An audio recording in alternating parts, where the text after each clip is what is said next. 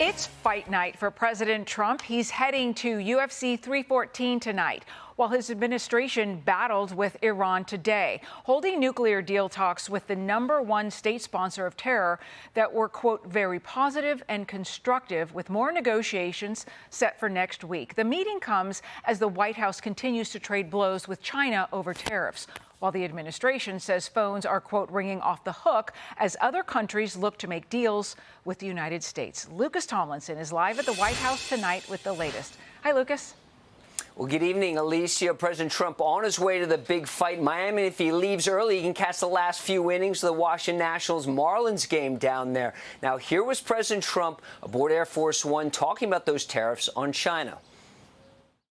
We're making billions of dollars a day. We were losing billions of dollars a day. This is in a period of 2 weeks. We're making billions of dollars a day. China now is losing billions of dollars. I don't want them to lose money, but they're losing billions and we're making billions. I flipped it.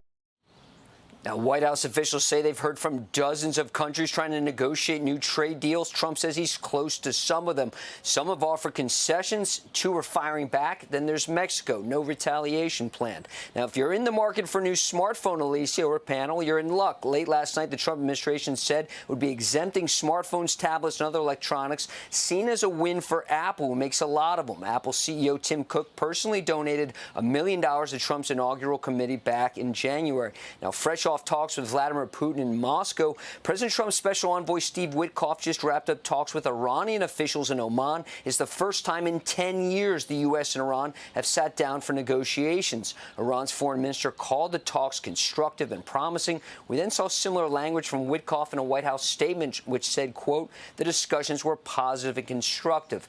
So there you see they both use the same word, constructive. Now, Iranian officials say talks will resume next week, presumably in Europe. And in case the negotiations break down, there is the military option. There's a second aircraft carrier strike group now in the Middle East. And those 6 B-2 stealth bombers continue to remain in Diego Garcia in the Indian Ocean, Alicia. Okay, Lucas Tomlinson at the White House. Really good to see you. Happy Saturday.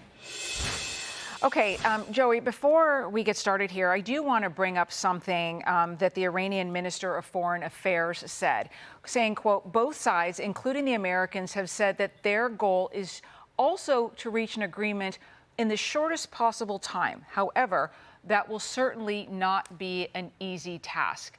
I think that's quite the understatement there.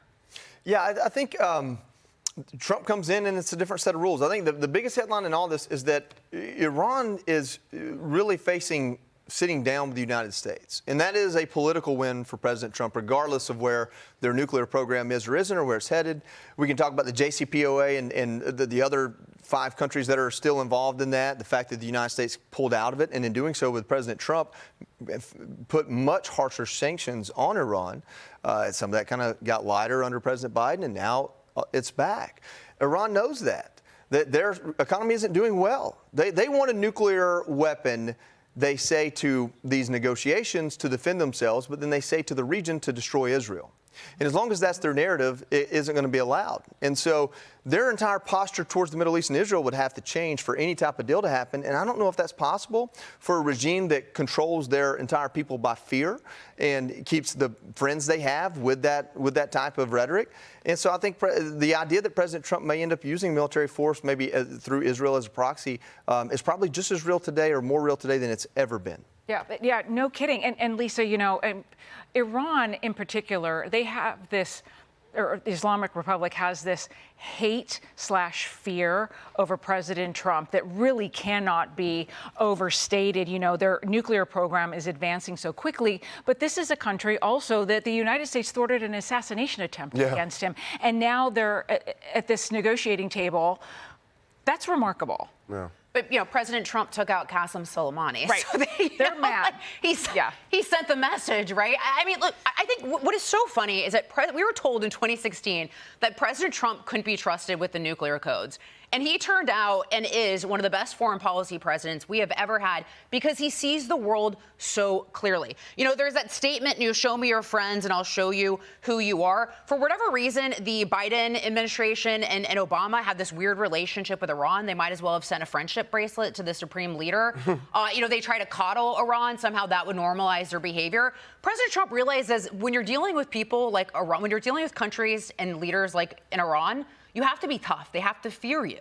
And you look at what he did during his first administration, the maximum pressure campaign, those aggressive economic sanctions, also the diplomatic isolation, trying to reduce those oil exports to zero. You had at one point, Iran's inflation hitting 40% because of some of the actions of the Trump administration, and then also those Abraham Accords, and bringing some of the Arab states and Israel together as well. So one of the best foreign policy presidents. Iran's in a weaker position now than they were in 2015. So I have faith that if a deal comes of this, it will be strong and in our favor. Well, and Giano, the president actually supports the Iranian people. Trump supports them. Yes. And that's also notable. Yes, and that's part of the reason why the leadership hates him. I mean, his people want freedom, and we got to keep in mind, 4 years ago, Iran wasn't in this position. They were weakened when President Trump left office. Joe Biden created this global issue on the world stage by unfreezing their money. That was a problem. The fact that some of the weapons that we have sent over to Ukraine have been sold to Hezbollah and many of these other factions that Iran has used as proxies to attack us, our ships, our soldiers, with no consequences, has created this environment on the world stage. So now President Trump is getting back into office, and it's really good to hear that the negotiations seem like they're going in a positive direction because there's now a leader in charge. And I think that's the message that many of the American people are realizing, that you got a strong leader that is feared across the world versus Sleepy Joe. Well, we'll be watching what happens next Saturday. He's probably sleeping right now, so it's past his bedtime, Joe Biden. Hey, everyone, I'm Emily Campagno. Catch me and my co-hosts Harris Faulkner and Kaylee McEnany on Outnumbered every weekday at 12 p.m. Eastern, or set your DVR. Also, don't forget to subscribe to the Fox News YouTube page for daily highlights.